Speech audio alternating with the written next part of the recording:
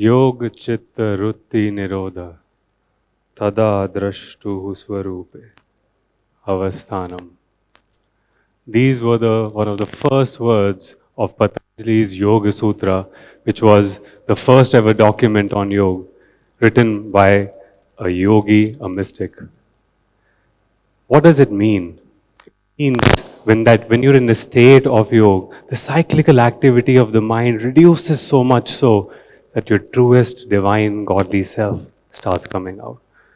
But what does that got to do with finance? What does that got to do with financial wellness? Well, over this talk, you'll realize that both these things are pretty much interconnected. Hello, my name is Arpit Arora. I'm India's leading personal finance expert and passive income coach. I'm a Philip Kotler awardee for excellence into financial coaching. And today, I speak before you as one more step closer to my big mission in my life, to help more than 1 million Indians to live a life which is completely free of money worries, so that they get inspired to follow their passion and they're able to live with inner peace and joy in yoga. Friends, my topic is talking about financial willingness to financial wellness. Well, I'm going to tell you what you're going to get and not get in today's talk. Are you ready? All right.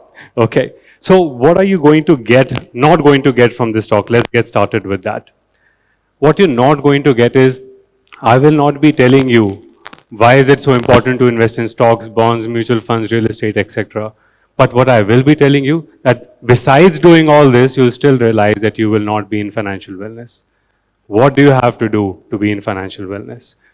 Today in this talk, I will also not be telling you how to make a quick buck tomorrow by investing where. No, I won't do that. What I would be telling you is how you can create financial wellness in such a way that no matter whatever happens in the economy, even COVID-like scenarios, you can breeze through those times effortlessly. And most importantly, today, I will not try to inspire you by telling rags to riches stories of billionaires. I'm sure the social media is full of that. But what I would be telling you would be my real story, would be stories of my students who've actually created financial freedom and financial wellness in their life. How many people are interested to know?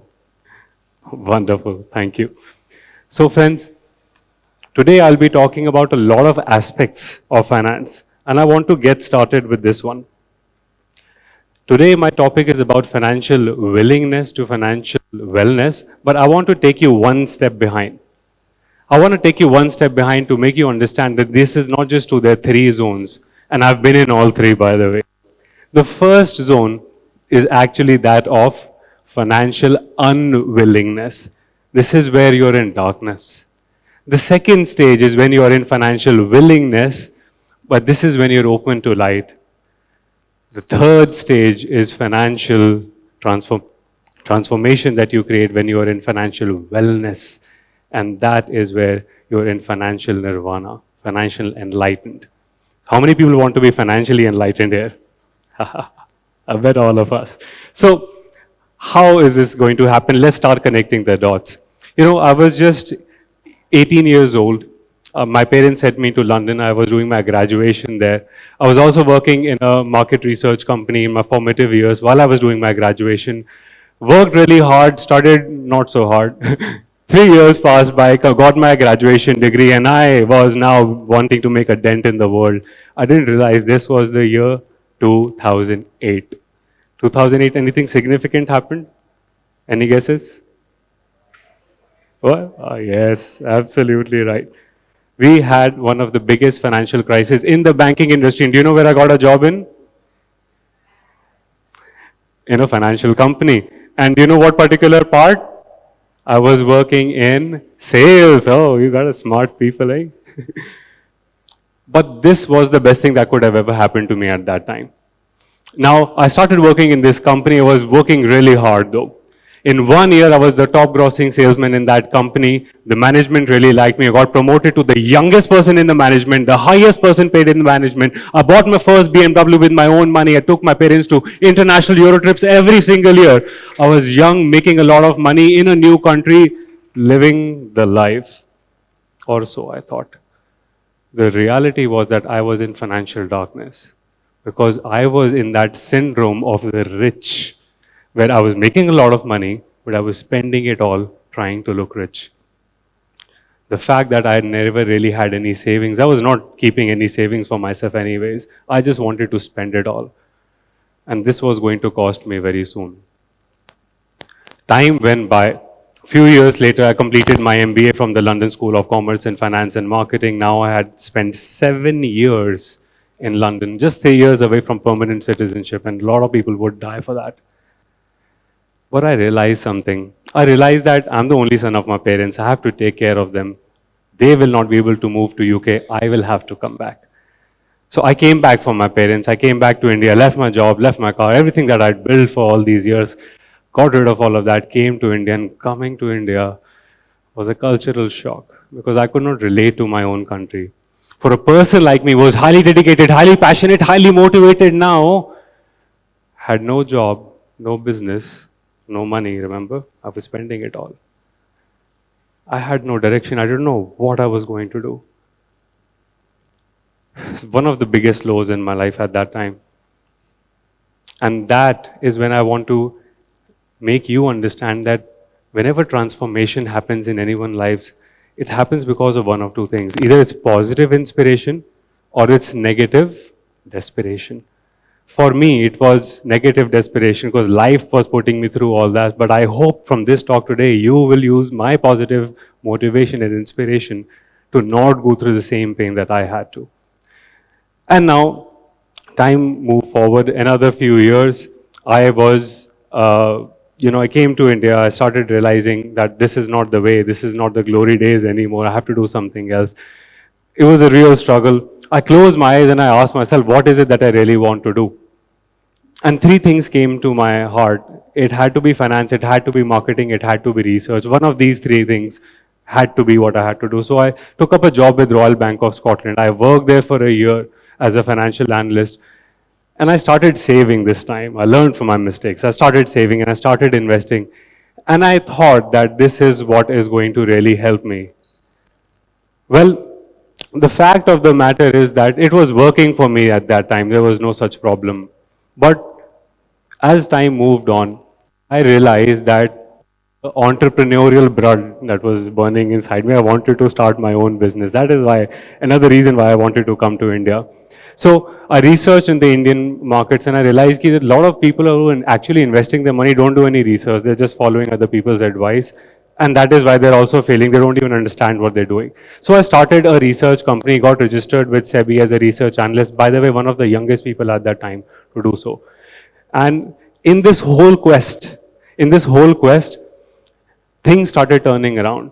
Now I was moving from financial unwillingness, playing by the rules of the new game of financial willingness, and now started a new business, helping the wealthy people to make more money. They were making money, I was making money. Life was financially back on track. Or was it really so? Things turned around again. Time for one more negative desperation. 2016, the year came by, and you can say all my nakshatras were all over the place because we had to drastically change the business model in such a way that for 1 year, I was not going to make any income. And coincidentally, it wasn't just me, it was my father as well.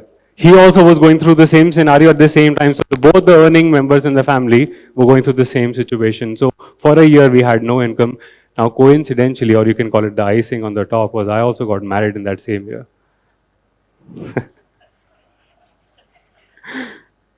I hope my wife is not hearing this. But the whole thing is that, life plays at you.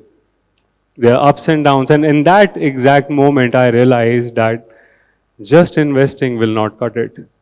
I was in that wrong understanding that financial wellness comes from investing. I was so wrong. I was just willing. I was not well yet. Something had to change. This was the time that I moved to financial wellness. Because now I started investing my time, my effort, my energy and money into myself to grow myself up to that stage where I learned from one of the best coaches and the people in the finance in the world. I got trained by Blair Singer, who is the right hand to Robert Kiyosaki. And Robert Kiyosaki is the author of which book? Rich Dad, Poor Dad. I also had the privilege of learning from Jack Canfield, who's a two-time Guinness Book World Record holder for the Chicken Soup for Soul series. I've also had the privilege of learning from Tony Robbins, who's the biggest coach in the world. And finally, Sadhguru, who's changed me and transformed me inside and outside. And of this transformation that was happening from in and out, I started changing my financial destiny, and not just for me. I started coaching other people because I had created a turnaround in my life, and I wanted no one else to go through what I had gone through, because I knew that if they haven't gone through this today, they will be doing that at some point in their life. If I have now found a way, why can't I share it with them too? And that is how I started coaching entrepreneurs and professionals and started transforming people's lives. And that is exactly why a couple of years ago I received the Philip Kotler Award for Excellence into Financial Coaching, for the transformation, not for teaching, for the transformation that was happening in people's lives. And all of this was on the basis of 7 C's principle that I created. How many? 7 C's principles. So I'm going to walk you through them one by one. Are you interested? I bet you are. So the first one is clarity. It is clarity. Clarity is all about budgeting. So, when we receive money, what's the first thing that we do? Spend credit cards here and that. But that's a different way of managing money altogether. You budget your money into different categories: expenses, needs versus wants; investments, how much should you really invest versus how much you can invest; taxes, a lot of people don't even plan for that; and so many other things: charity, self-education. Are we really thinking about these things? Are we allocating money towards these things? Planning. So if you don't plan, or failing to plan is planning to fail. This is exactly the first step most of the people fail. Haven't you seen corporates and countries making financial budgets every year? They are doing well. Why can't we? Because we're not making those budgets in the first place. That needs to change. There's another one. I want to move from clarity into consciousness. When I talk about consciousness, I'm actually talking about making wise financial decisions. When I'm talking about making wise financial decisions, or investing rather for that matter, I see that in the world that we live today, people are investing only partially of what they should invest, taking advice from people who are financially motivated or incentivized by the industry. And people are still, apart after doing all this, they're still not financially committed the whole way. They just go halfway, or they start and they forget. How do we expect to achieve our financial goals if we are not even committed to achieve them? It's only a reflection of what we are inside, of what we achieve outside. If we are not committed inside, how can we expect the results? This is consciousness being rule number 2. We need to make smarter financial decisions with our time and our money, because these are the 2 things which are most precious to us. Third is covered. Now, when I say covered, I'm talking about insurance, but who wants insurance? Ask those families. Ask those families who've lost a near one. Ask those families who've lost the breadwinner of the family. Ask those families who've have had a big dent in their finances because they had to take care of the medical bills of a near dear one. They say you need insurance most after the event for which you were trying to insure.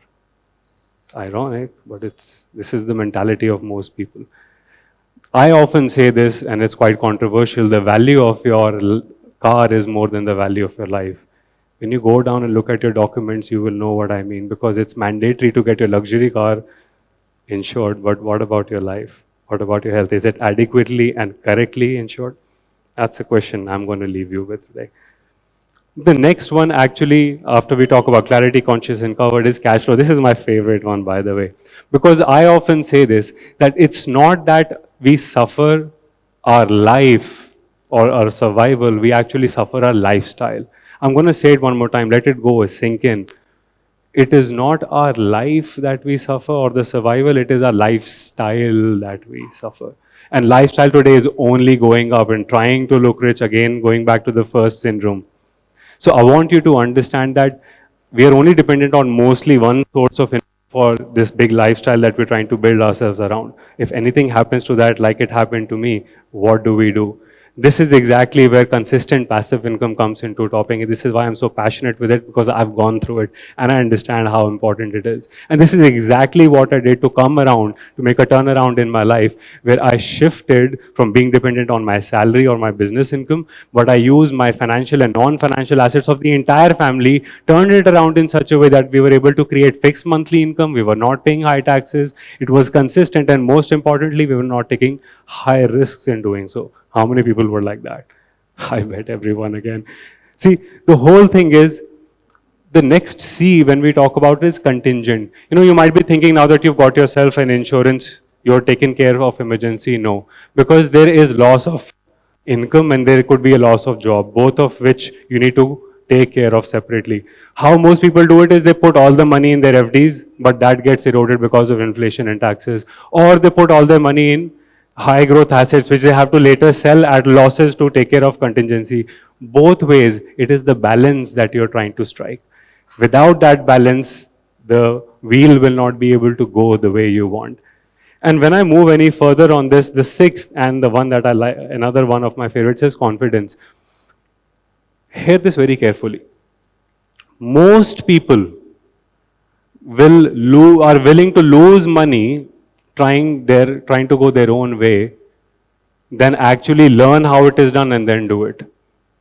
And the cost is maybe 1/10 of what they'd have to pay to learn, but they'll actually end up losing 10 times more, trying to do this themselves. I'm sure in cases of surgeons and doctors, they don't, but in case of money, because you can, does not necessarily mean you should. So that's another thing I want you to think of. And the last one is cyclical. There's a dream world where you once make an investment and you forget about it. But that's just a dream world. In real life, you make investments and you monitor, you see how they are doing. Because if you don't really nurture your investments, if you don't see how they are growing, if they are aligning with the goals, visions, and plans of the future, you are again hoping, and hopes don't often come true like that.